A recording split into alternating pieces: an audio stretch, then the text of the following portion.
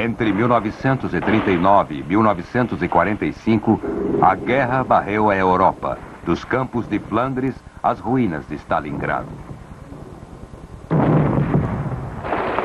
Como o nacionalismo e a ideologia levaram à mobilização, deslocamento e morte de milhões.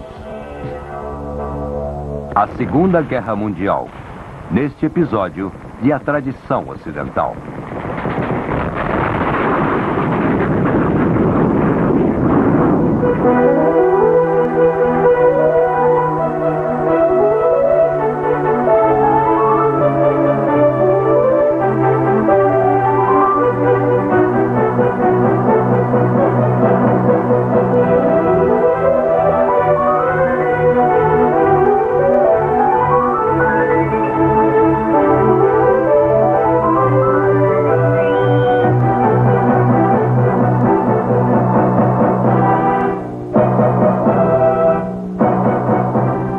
E agora o professor da Universidade da Califórnia, Eugene Weber, em sua jornada através da história da civilização ocidental. Espera-se que a maioria das guerras seja como as anteriores, mas poucas o são. A Segunda Guerra Mundial certamente não foi. Em nosso último programa estávamos à beira dela. Era 1938 e Adolf Hitler ironizava que havia visto os líderes das democracias aliadas e todos eram vermes. Posso confirmar que ele estava certo. Mas mesmo os vermes reagem. Enquanto Hitler e Mussolini avançavam, supondo corretamente que nada bloquearia seu caminho, a irritação britânica chegou a seu ápice. Tendo falhado em 1938 na defesa da democracia tcheca, que tinha um bom exército e boas defesas, a Inglaterra foi à guerra em 1939 para defender os bravos, mas pouco democráticos poloneses, que não tinham defesas nem exército. Os britânicos também levaram os relutantes franceses, e assim começou o mais sangrento conflito da história.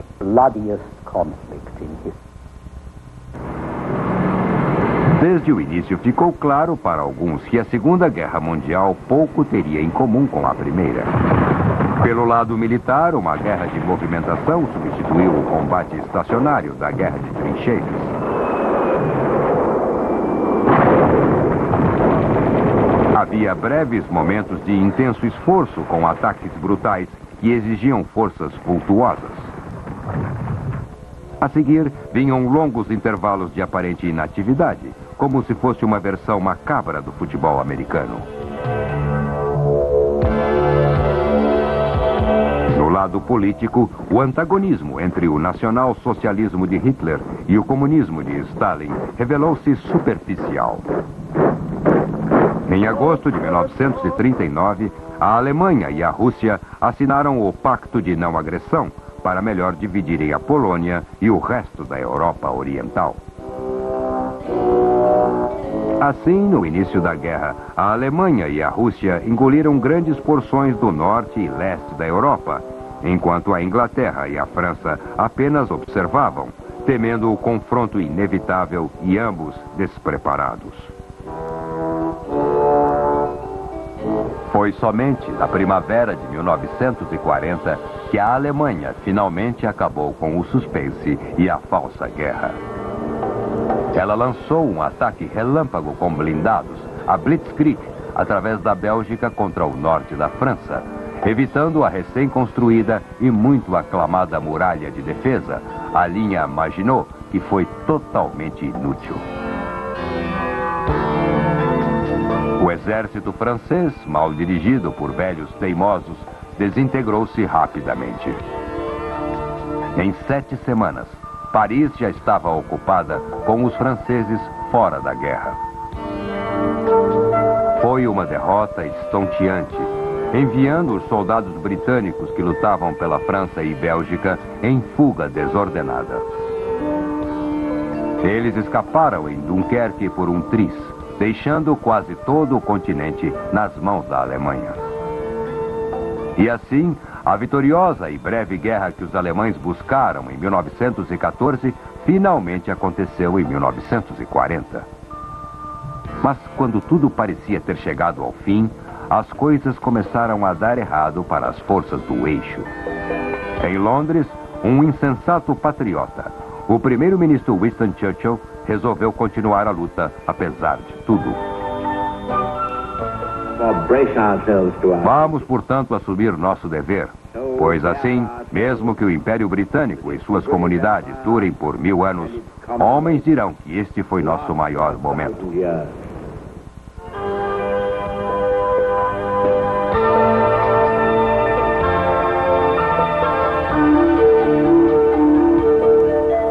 E então, em junho de 1940, os italianos entraram na guerra aos trancos, ao lado dos alemães, determinados a aproveitar e partilhar dos espólios. Os alemães foram forçados a prestar-lhes apoio ao sul. Enquanto isso, o Japão, outro aliado germânico, cuidava de seus interesses na China, sudeste da Ásia e no Pacífico, alarmando os americanos. Mas nem a agressividade do Japão, nem a incompetência italiana deveriam prejudicar as forças do eixo. Em junho de 1941, os alemães já haviam empurrado os ingleses até os portões de Cairo. Os nazistas poderiam então ter seguido até os campos petrolíferos da Arábia e depois até a Índia. Em vez disso, optaram por ignorar o pacto que os unia aos soviéticos em torno da partilha da Polônia e moveram-se na direção da Rússia. Hitler queria mais Lebensraum, mais espaço para sua raça superior, e a Rússia tinha mais espaço que todos. Hitler também pensou que uma blitzkrieg vitoriosa no leste seria a melhor forma de acabar com as esperanças britânicas, levando-os à rendição. Ele tentou matar 2 pássaros com um só tiro e acabou acertando seu próprio pé.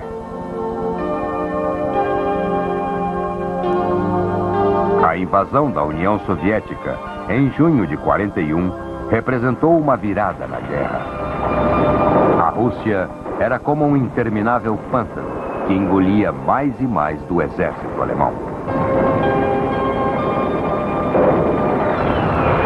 Quando os soviéticos que haviam sofrido sob Stalin perceberam que os nazistas eram ainda piores, não tiveram escolha a não ser lutar até a morte.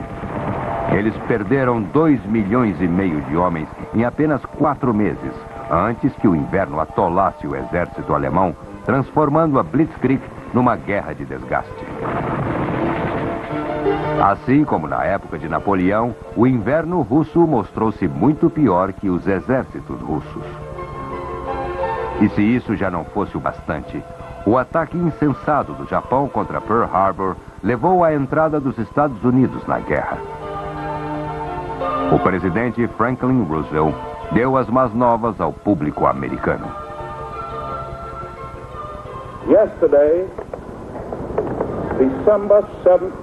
Ontem, 7 de dezembro de 1941, um dia que ficará na infâmia, os Estados Unidos foram repentina e deliberadamente atacados pelas forças navais e aéreas do Império do Japão.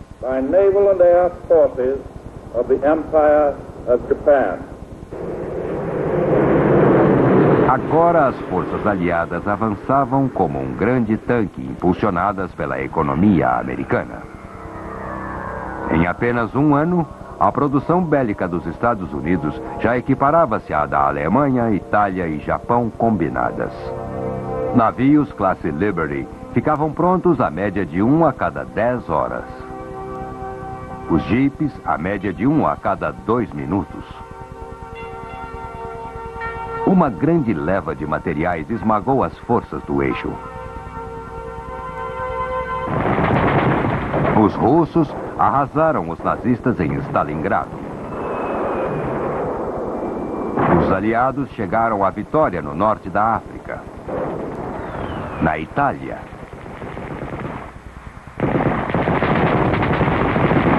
Na Normandia, no dia D. E, finalmente, na grande batalha na floresta de Ardennes, na Bélgica, os aliados rechaçaram a última ofensiva alemã. Em maio de 1945, o Terceiro Reich estava em ruínas, como ocorreu em grande parte da Europa.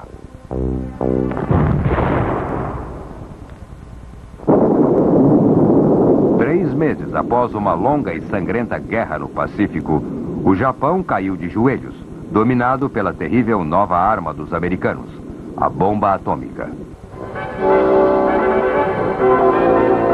A guerra chegara a seu fim.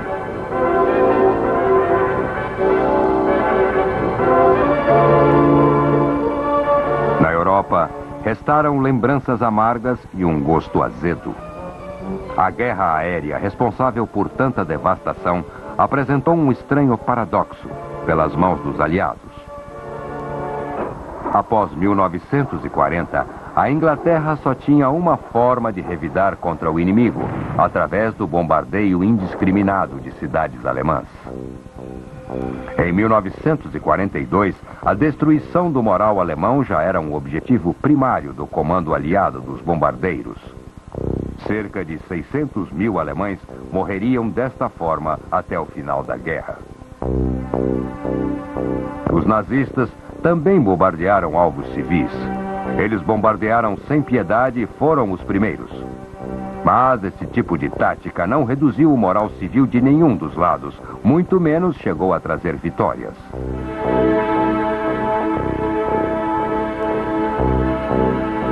Mesmo assim, ambos levaram o caos a grandes e antigas cidades.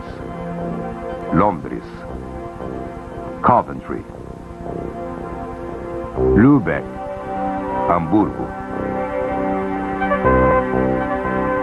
E então, na terça-feira gorda de fevereiro de 45, bombardeiros ingleses e americanos, atacando por insistência dos russos, destruíram a maior parte da linda cidade de Dresden, matando em uma só noite 135 mil homens, mulheres e crianças, muitas dessas ainda em seus trajes de carnaval.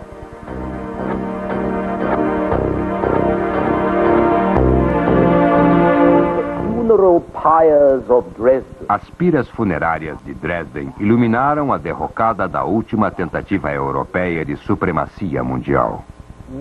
Homens maus, homens insensatos, haviam iniciado a guerra, mas foi o povo que pagou a conta e o preço foi muito alto.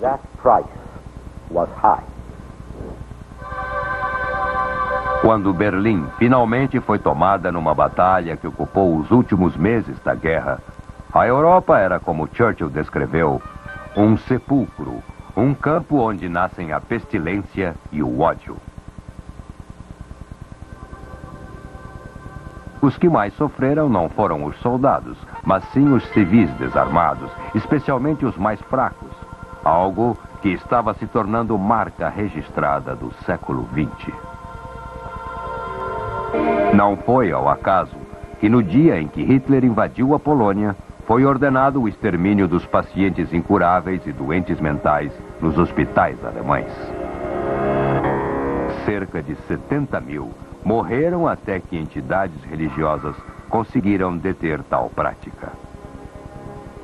Mas, a essa altura, muito já fora aprendido e colocado em prática no genocídio que iria acontecer.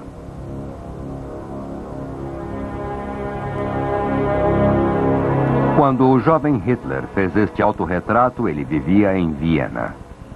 Foi ali que ele passou a admirar a política de Karl Lueger, o maior prefeito da Viena Imperial. Lueger deu à cidade um grande sistema de transportes, melhores escolas, melhor polícia, muitos novos empregos. Lueger também era antissemita.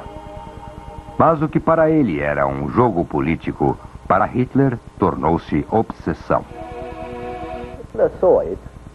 Pela visão de Hitler, na eterna luta pela vida, os fracos deviam morrer enquanto os fortes sobreviviam e prosperavam. A força de uma nação, como ele acreditava, estava em sua pureza racial. E a pureza da Alemanha, sua saúde e vigor nacionais, mesmo sua sobrevivência, estavam ameaçados pela corrupção racial representada pelos judeus. Uma corrupção não apenas física, mas também espiritual e moral. Para Hitler, as evidências do perigo estavam em toda parte.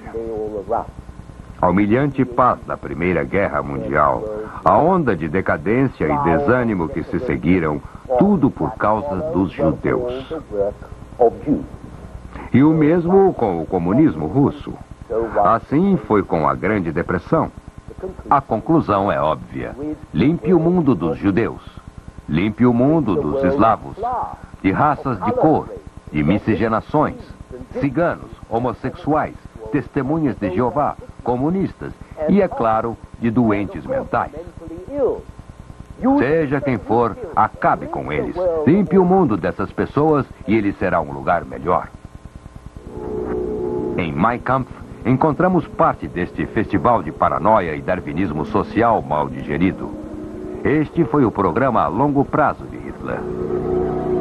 Muitos alemães e não alemães, mesmo entre seus adeptos, trataram o tema com indiferença. Mas Hitler estava obcecado por isso. E os alemães, cuja maioria aceitava as decisões de Hitler sem pestanejar, também ficariam obcecados. A guerra deu a Hitler a oportunidade de avançar a todo vapor, independente dos efeitos que isso poderia ter sobre os esforços de guerra. Milhões de judeus da França e Rússia foram reunidos e enviados aos campos de concentração. Sociedades escravas cujos membros trabalhavam até a morte em fábricas operadas por empresários alemães ou simplesmente morriam de fome, torturados ou executados. As câmaras de gás foram introduzidas nos campos em 1942. Elas eram bem mais eficientes que os métodos anteriores. Esta é a descrição de uma testemunha para o procedimento. O primeiro trem chegou. 45 vagões de carga, com 6.700 pessoas, das quais 1.450 já estavam mortas na chegada. Um grande alto-falante dá as instruções. Tirar toda a roupa, arrancar próteses, óculos e assim por diante. Entregar bens de valor. Mulheres e meninas ao barbeiro, que corta seus cabelos em 2 ou 3 golpes e coloca-os em sacos de batata. Então a fila começa a andar. Num canto, um oficial da SS anuncia com voz pastoral: nada acontecerá a vocês. Apenas respirem fundo dentro das câmaras.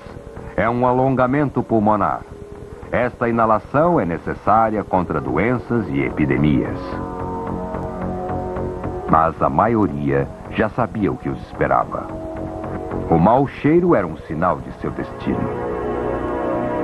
Em 1945, cerca de 6 milhões dos 8 milhões e meio de judeus sob ocupação nazista estavam mortos. 2 milhões deles no campo de concentração de Auschwitz. Quando os campos foram liberados no final da guerra, a comunidade internacional foi forçada a reconhecer sua existência, que já era conhecida havia algum tempo.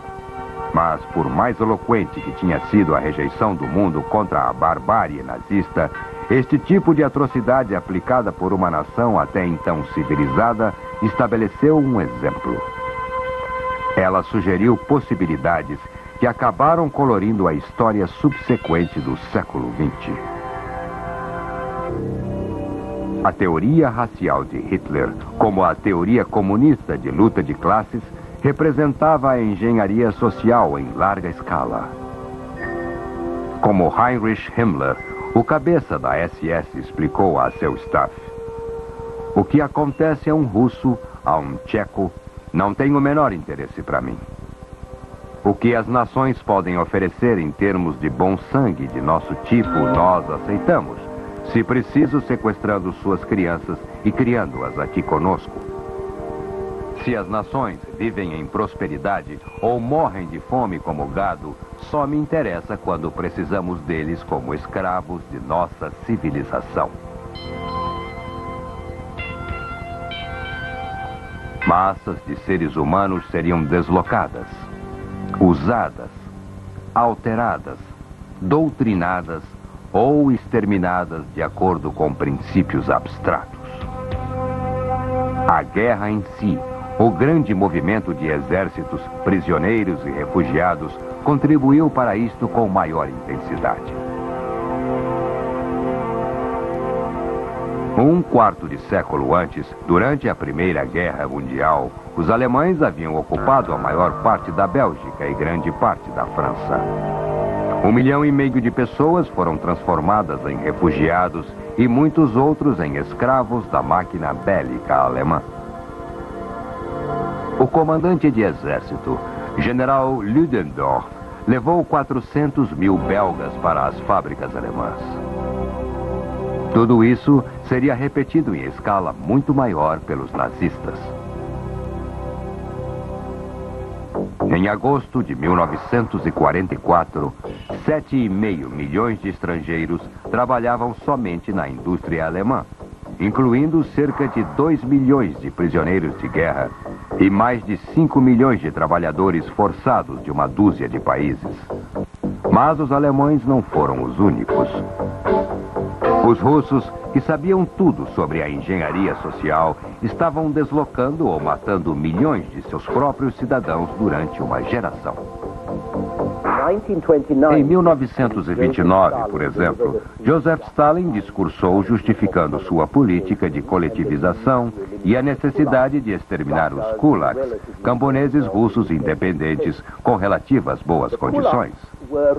Os kulaks resistiam à perda de suas fazendas por razões óbvias. Repetirei a declaração de Stalin sobre isso. Podemos avançar nossa indústria socializada em ritmo acelerado enquanto tivermos que depender de uma base agrícola entregue a pequenos camponeses incapazes de expandir a produção? Não, não podemos. Qual então é a solução? O caminho socialista é estabelecer fazendas coletivas e fazendas do Estado. O caminho que leva à extração dos elementos capitalistas da agricultura. É por isso que recentemente passamos da política de restrição às atividades infames dos kulaks à política de eliminação dos kulaks como classe.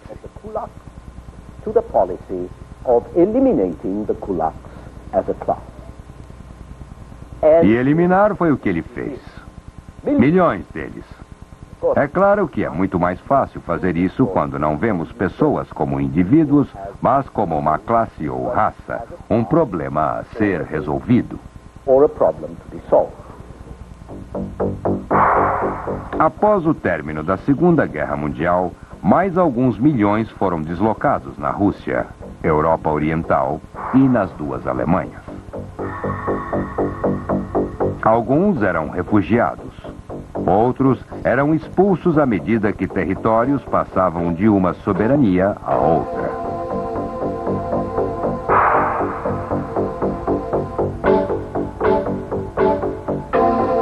As guerras são ótimas para miscigenar.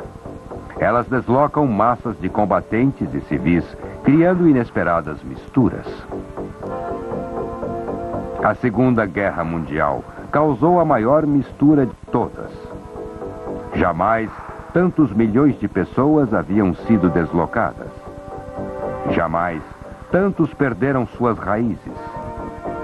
Nunca a mobilidade afetou tanto a vida, nem foi a estabilidade tão rara como durante o período da Segunda Guerra dos 30 anos, de 1914 a 1945.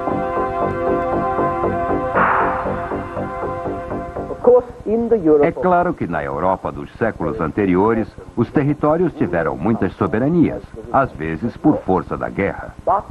Mas tais mudanças não representavam grande alteração nas vidas das pessoas. Elas continuavam a viver, continuavam a trabalhar como antes. Mas na era do nacionalismo e da ideologia, a mudança de governante, a mudança de bandeira significava a alteração de idioma, de práticas econômicas e administrativas, das lições aprendidas na escola, de comportamento permissível. E isto, se você tivesse sorte. Se não, significaria a perda de liberdade pessoal, propriedade ou mesmo a vida. Foi o que aconteceu na Europa Oriental.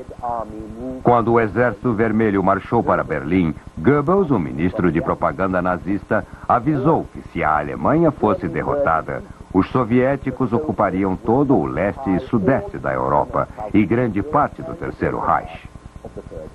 E sobre todo este território, disse Goebbels, desceria uma cortina de ferro. Esta é uma versão da Helicon São Paulo.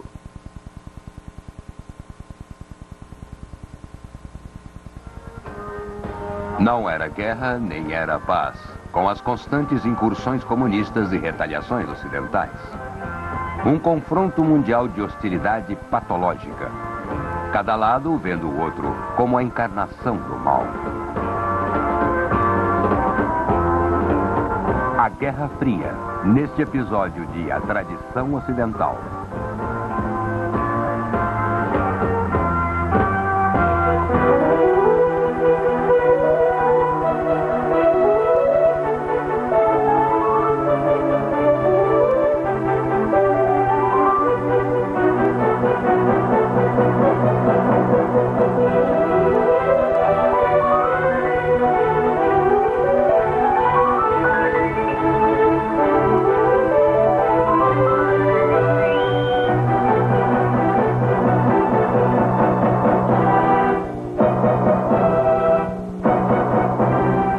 O professor da Universidade da Califórnia, Eugene Weber, em sua jornada através da história da civilização ocidental. O ano de 1945 foi o fim de um período e também de um modo de vida. A Segunda Guerra Mundial havia estremecido o globo como um grande terremoto. E depois dela, nada mais seria igual. A era de dominação europeia estava acabada. A supremacia dos países europeus, baseada tanto em prestígio como em poder, não pôde sobreviver ao golpe que recebeu. Mas os grandes impérios coloniais já estavam sendo minados anos antes, por uma crescente desconfiança dos meios intelectuais e crescentes apelos às doutrinas liberais que os próprios impérios ensinavam. Agora, tais impérios desmoronam rapidamente, assim que desapareceu o poderio econômico e militar que os conquistara e sustentara. O pôr do sol sempre é silencioso. A confiança que fez os europeus suportarem a chamada carga do homem branco deixou de existir. A guerra mostrou que os focos de poder agora se encontravam fora da Europa, com duas grandes criações europeias, a União Soviética e os Estados Unidos. Com estes novos centros de poder, surgiu uma rivalidade que passou a dominar o mundo.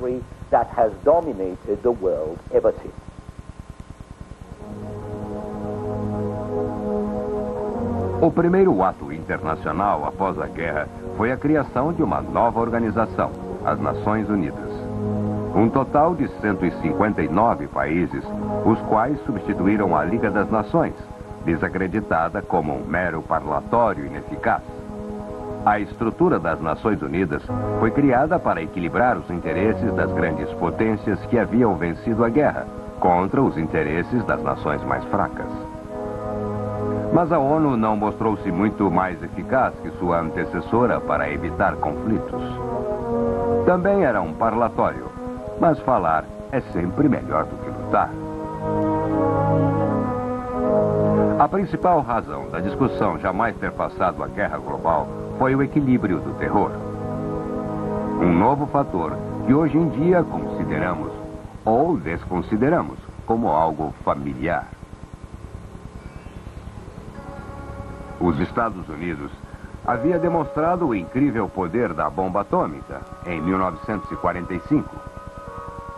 Em 1949, os soviéticos tinham sua própria bomba, apesar do serviço de inteligência do exército americano ter previsto que isso não iria ocorrer durante uma geração.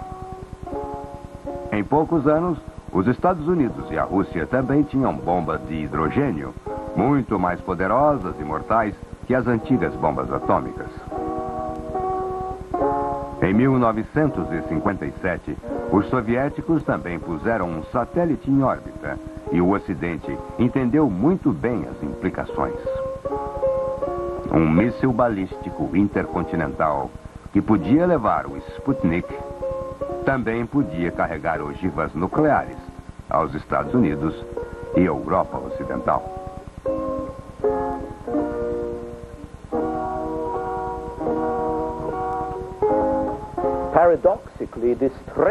Paradoxalmente, essa ameaça de destruição mútua assegurada, como ficou conhecida, deixou muitas pessoas nervosas e forçou as nações atômicas a usarem seu poder com relativa cautela.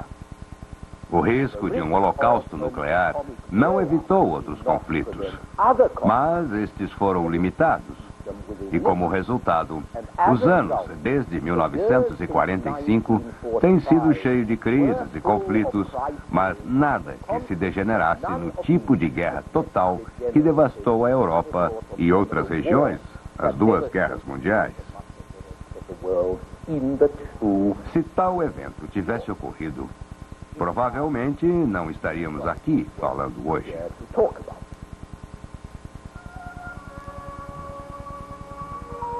Mas no último ano da Segunda Guerra Mundial, não estava claro como as coisas iriam terminar. Havia razões para temer que os soviéticos de Stalin avançassem em suas conquistas para o centro e oeste da Europa até o Mediterrâneo. Uma Europa enfraquecida parecia ser presa fácil. Mas, na verdade, as conquistas russas durante 1945 pararam nas regiões de suas fronteiras, onde eles anexaram os estados bálticos, grande parte da Alemanha e a Polônia, estabelecendo uma cadeia de estados satélites da Polônia aos Balcãs.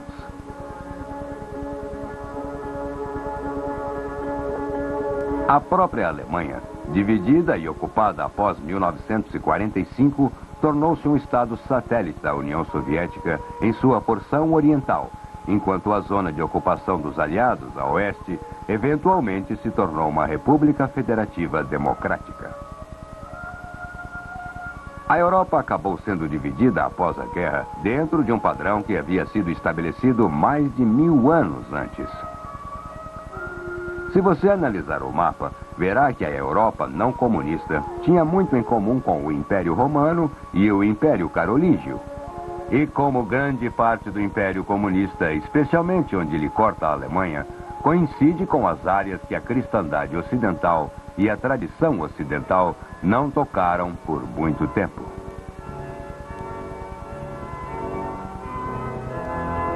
Após a guerra, a Alemanha tornou-se o centro das provocações russas e da resistência ocidental, especialmente em Berlim.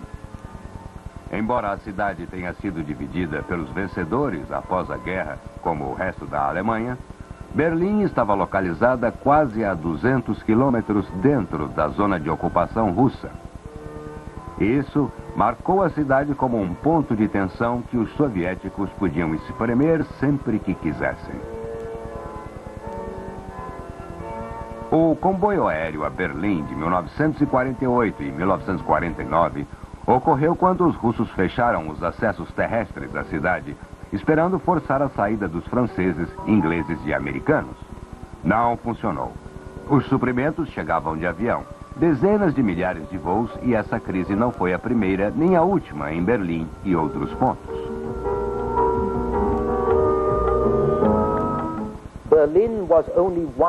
Berlim foi somente um local onde o confronto transformou-se em crise, onde a constante provocação comunista forçava o Ocidente a tomar medidas de retaliação.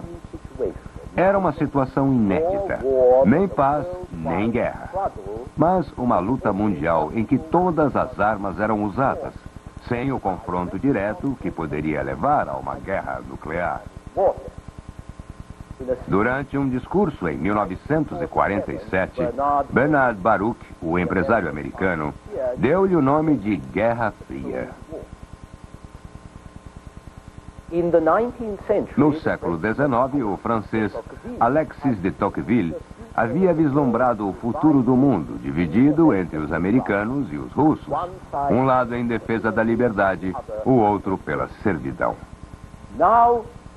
Agora, a hostilidade quase patológica entre os dois lados crescia a proporções muito mais fantásticas do que na época da ascensão dos bolcheviques, em 1917. Em poucos anos, cada um dos lados passou a ver o outro como a encarnação do mal. Mas, mesmo esta situação desagradável, não foi inútil, como veremos.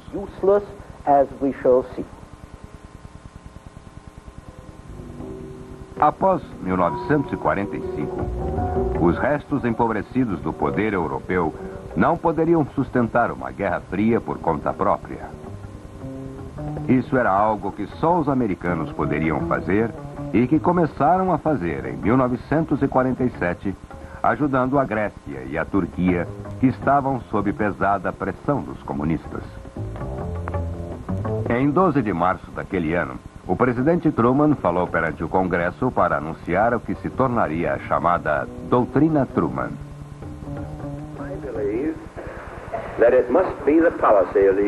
Creio que deva ser a política dos Estados Unidos o apoio aos povos livres que resistem à tentativa de dominação por minorias armadas ou pressões externas. Os povos livres do mundo esperam de nós o apoio à manutenção de sua liberdade.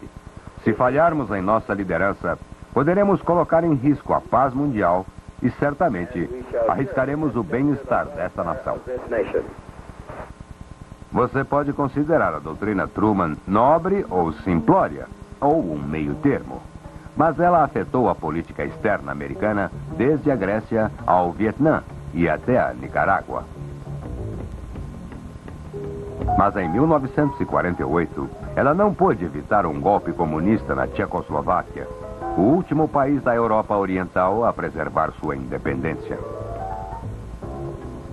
A agressão à Tchecoslováquia, uma frágil democracia violada 2 vezes numa década, primeiro por Hitler, depois por seguir o bloqueio de Berlim, fizeram de 1948 um ano muito nervoso.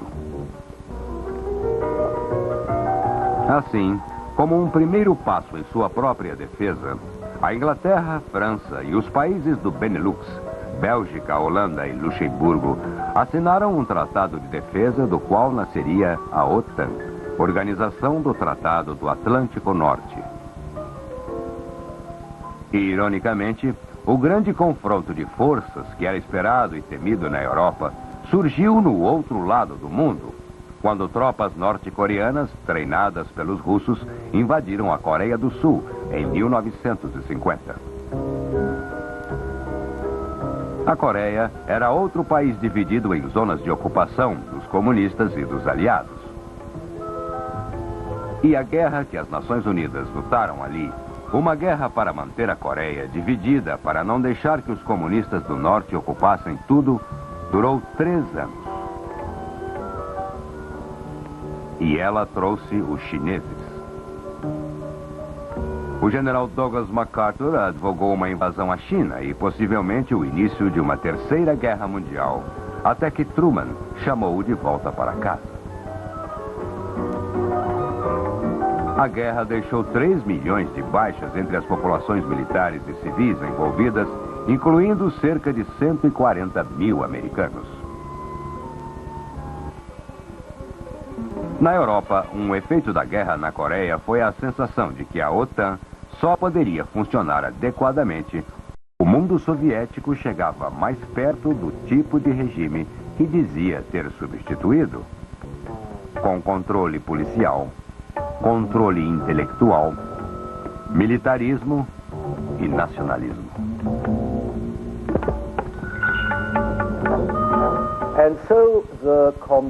E assim a combinação de nacionalismo e socialismo, mesmo em formas diferentes, é uma combinação que renasceu nos regimes comunistas e até certo ponto nos regimes capitalistas, apenas algumas décadas após a derrota da Alemanha. Mas os lugares em que ela mais floresceu encontram-se no chamado Terceiro Mundo. Jamais foi muito claro para mim onde fica o Segundo Mundo, mas vamos deixar assim. Nos países que nasceram das ruínas das velhas colônias europeias, combinou-se o nacionalismo com o socialismo. Analisaremos esses países e seu legado europeu em nosso próximo programa. Até lá.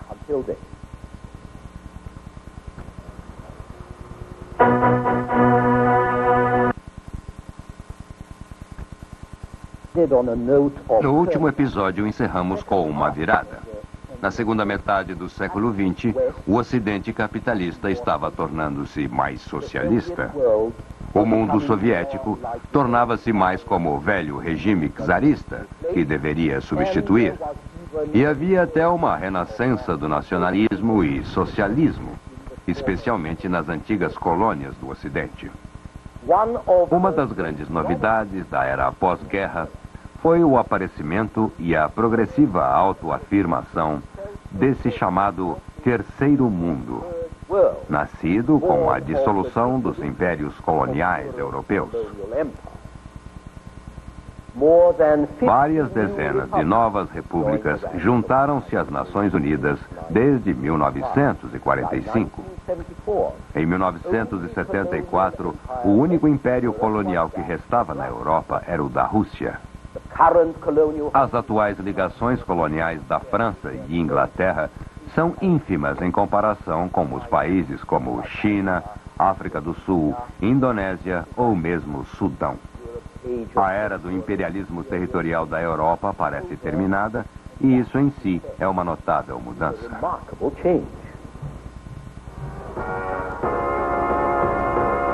Mas os empreendimentos coloniais do passado deixaram suas fortes marcas. Se eles foram dominar, ensinar, ordenar ou explorar, os europeus tinham que revolucionar quando não destruíam as sociedades, povos e culturas que tocavam. Mas independente do que motivou os criadores dos impérios europeus, eles foram responsáveis por treinar os líderes e inspirar os ideologistas que primeiro desafiaram os ocidentais e a seguir os deslocaram.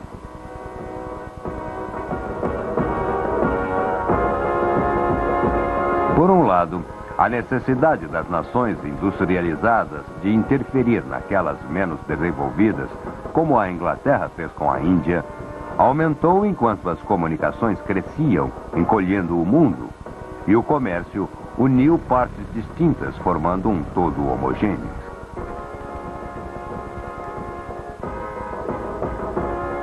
Sem os mercados das colônias, e mais ainda suas matérias-primas, as indústrias do Ocidente teriam sofrido muito. Por outro lado, os países mais atrasados só poderiam igualar-se a seus exploradores em riqueza e poder se desenvolvessem capital, habilidades e sistemas de valor como no Ocidente, ou seja, facilitando ainda mais a intervenção e controle por estrangeiros de seus assuntos internos. O Ocidente não poderia ser afastado sem as técnicas ocidentais. E essas técnicas não poderiam ser adquiridas sem a presença de ocidentais. Esse era o dilema. Mas alguns dos atos ocidentais, mesmo quando bem intencionados, podiam ter efeitos negativos se fossem baseados em estimativas inadequadas do que era o bem. Leite condensado para bebês, alimentos sólidos para pessoas esfomeadas, água gelada nos desertos, são coisas que podem prejudicar ou matar. O mesmo efeito tem as constituições e importações. Não podemos introduzir máquinas e fábricas sem uma consciência implícita de que o homem pode ou deve fazer. Não podemos introduzir serviços sociais sem relacionar isso ao que o homem precisa e o que ele é. Uma ideologia sobrepõe-se a outra e impõe sua validade.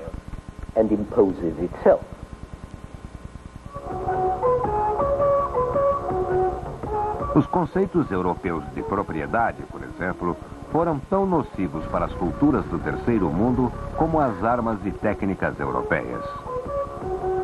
Quando as terras que antes eram mantidas e cultivadas por comunidades foram divididas e tratadas como pedaços de propriedade, sujeitas à venda, transferência ou hipoteca por um dono específico, as formas tribais ou comunitárias de ligação com a terra foram destruídas e com elas a sociedade, os artefatos, as tribos que haviam evoluído em estruturas bem diferentes das ocidentais.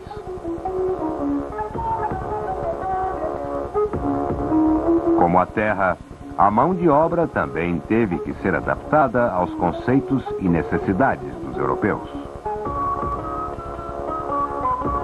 As antigas formas de organização do trabalho foram substituídas, às vezes pela força, por salários em dinheiro, mercados abertos, horários regulares e, acima de tudo, pela noção do trabalho como um valor ético, em vez de apenas como uma necessidade. Naquilo que a Europa levou 500 anos para evoluir, da Idade Média até o mundo moderno, as sociedades asiáticas e africanas foram forçadas a viver em 2 gerações.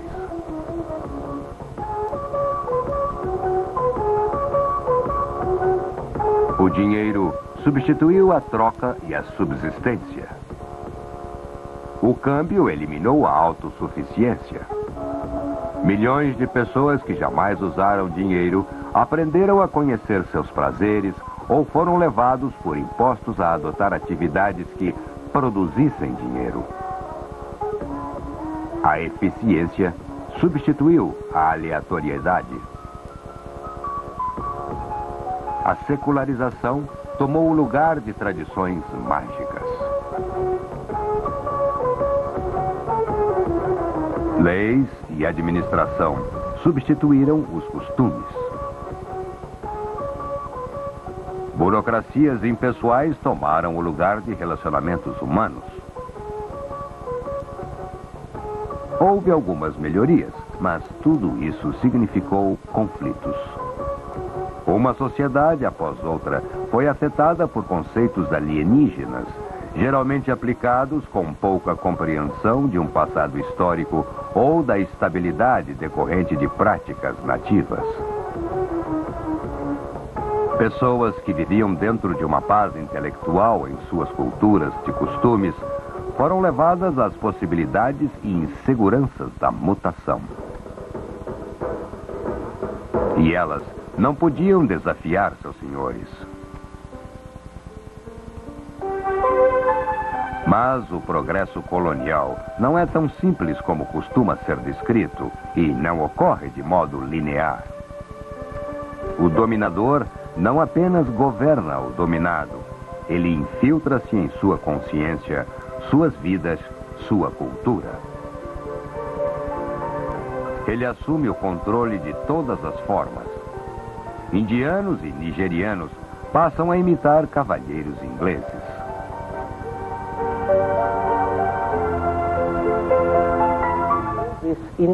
Tudo isto indica a possibilidade de que a sociedade tecnológica não destruiu valores per si, apenas sugeriu novos valores. O que vemos na história colonial dos séculos 19 e 20 é uma versão acelerada da história da Europa. Contratos no lugar de tradições. Indivíduos em constante movimentação em vez da família ou tribos estáticas. A democracia, com seus problemas e oportunidades, substituiu as estáveis hierarquias de direitos por ascendência. Estruturas legais em mutação transformaram sociedades e atitudes sociais. Inovações tecnológicas transformaram conceitos de províncias em nações, espalhando técnicas modernas, sugerindo a renascença da indústria e engenho nativos sob uma nova forma em uma nova escala. E como na Europa, tudo isto representou meios mais eficientes e modernos para as velhas tendências de explorar, oprimir e assassinar seus inimigos em massa.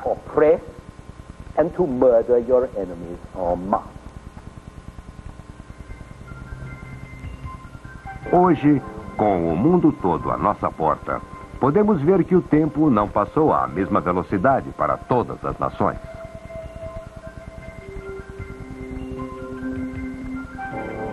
Sentimos desconforto ao notar as disparidades entre as nações avançadas e todas as outras, o desequilíbrio entre o hemisfério ocidental industrializado e as sociedades agrárias do mundo. Agora, olhamos para o mundo e vemos diferenças extraordinárias, ao contrário de 200 anos atrás, quando, em geral, a maioria das pessoas vivia em condições similares, em qualquer parte do mundo. As diferenças atuais estão mais em escala de tempo do que de espaço. E por trás disso, há um fato. Enquanto o mundo todo avança, as áreas mais evoluídas avançam mais rápido. A Europa e a América do Norte, com menos de 30% da população mundial, produzem 80% da renda global. E a Europa continua a consumir a maior fatia do superávit mundial de alimentos e matérias-primas, incluindo os maiores exportadores de bens manufaturados, exatamente como ocorria em 1900.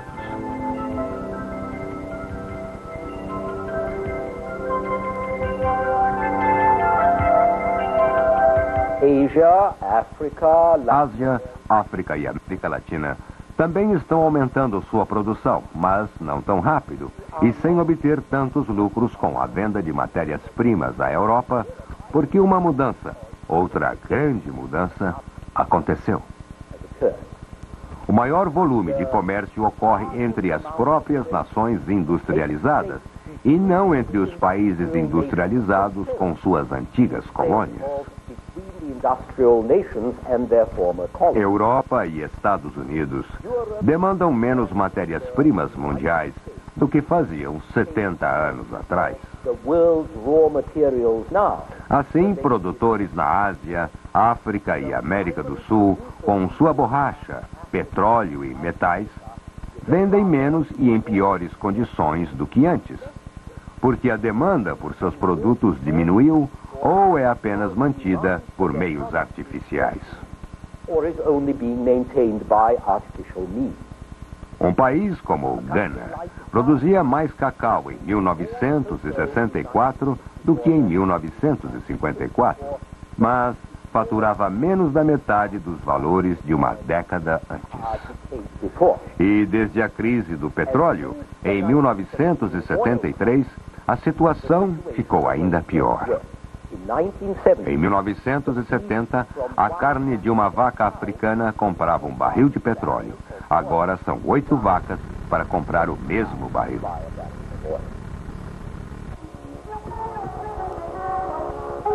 Economias não industriais eram atrasadas, mas autossuficientes. Agora são atrasadas e dependentes, o que as torna mais instáveis do que as economias industriais das quais elas dependem. Isto é ainda mais crítico em países que dependem de um só produto. Em geral, muitos países ainda têm um único produto como responsável por mais da metade de suas exportações, vivendo uma existência precária, sempre à beira da catástrofe, com qualquer oscilação nos preços internacionais de commodities. Ao mesmo tempo, essas economias viram-se encurraladas entre a crescente demanda por bens de consumo e uma oferta insuficiente. O resultado é a inflação avassaladora. Entre 1958 e 1968, o índice do custo de vida subiu de 100 a 149 na Índia, 202 em Gana, 879 na Argentina e 2.260 no Brasil. Países em que o anacronismo e a modernização vivem em colisão. Em minha primeira palestra, mencionei Voltaire, segundo quem a história é a brincadeira que fazemos com os mortos. Mas às vezes eu pergunto, seria a história o conjunto de brincadeiras que os mortos fazem conosco e que nós fazemos uns aos outros? Só descobrimos as brincadeiras como minas que explodem em sequência sobre nossos pés. E a explosão demográfica pode ser a mais trágica das brincadeiras humanas. Might be one of history's most fiendish tricks. Modernas técnicas de higiene e controle de doenças tiveram um efeito tão dramático nas nações subdesenvolvidas que o crescimento populacional ocorrido em vários séculos no Ocidente levou menos de uma década em certos países da Ásia e América do Sul, muito mais rápido do que o necessário para a economia e os meios de produção ajustarem-se às novas condições. Os continentes menos aptos a suportar tal crescimento são os que aumentam mais rápido. A Ásia, com 50% da população mundial, tem 11% da renda global. A humanidade multiplicou-se durante milhares de anos até chegar à marca de 5 bilhões. Se não houver uma catástrofe, teremos o dobro disso em poucas décadas. No entanto, a maioria dessas massas, que não é mais indefesa ou silenciosa, que cresce em volume com os avanços médicos do Ocidente, não pode pagar pelos confortos, máquinas ou alimentos ocidentais. A revolta pode espalhar-se mais rapidamente que a prosperidade. Como Nehru disse uma vez, a novidade na Índia não é a miséria, mas sim a conscientização que o povo indiano agora tem sobre ela e sua impaciência em ver-se livre dela. Mas enquanto um fazendeiro americano pode alimentar 44 pessoas, um francês 12 e um russo 5, o produtor médio de um país subdesenvolvido geralmente só alimenta a si próprio de forma adequada e, quando muito, mais uma pessoa. São necessárias 15 vacas na Índia para produzir o leite tirado de uma só vaca americana. 7 acres de arrozais vietnamitas produzem o mesmo volume que é produzido por um só acre na Austrália.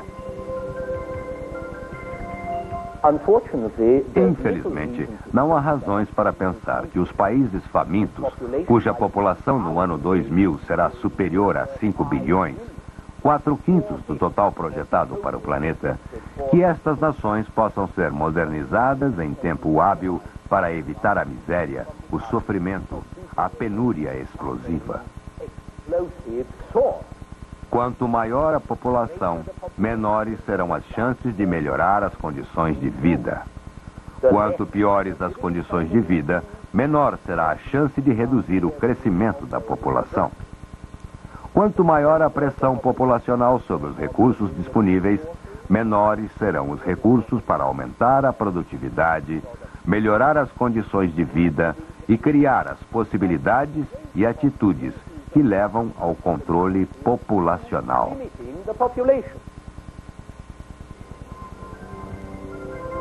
A área de terras cultivadas no mundo pode ser triplicada com muito maior produtividade. Uma dieta mais plena e balanceada pode reduzir ainda mais o crescimento populacional. Estudos recentes mostram que sociedades famintas, cuja dieta é deficiente em proteínas, são mais prolíficas, enquanto as dietas ricas em proteínas reduzem as taxas de fertilidade. Também é possível reduzir a taxa de nascimentos para compensar a menor taxa de mortes. E é possível aplicar a ciência para resolver problemas de subsistência, produção e população. Mas capital e tecnologia dependem de atitudes e decisões humanas. Neste sentido, a década de 80 testemunhou enormes progressos na Índia e na China, mas regressões igualmente marcantes em outras áreas.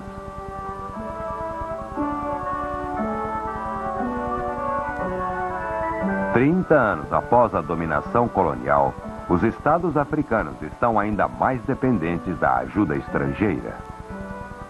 De cada 5 sacas de cereais consumidos na África, uma é importada. O mesmo ocorre com armas, que consomem muito mais dinheiro do que as necessidades básicas. Como sempre, decisões políticas comandam as possibilidades materiais. A orientação cultural e ideológica afeta e dirige os meios disponíveis às sociedades e, por isso, enquanto os famintos e atrasados exigem maior ajuda do Ocidente industrializado, também o acusam de ignorar ou destruir suas culturas e valores.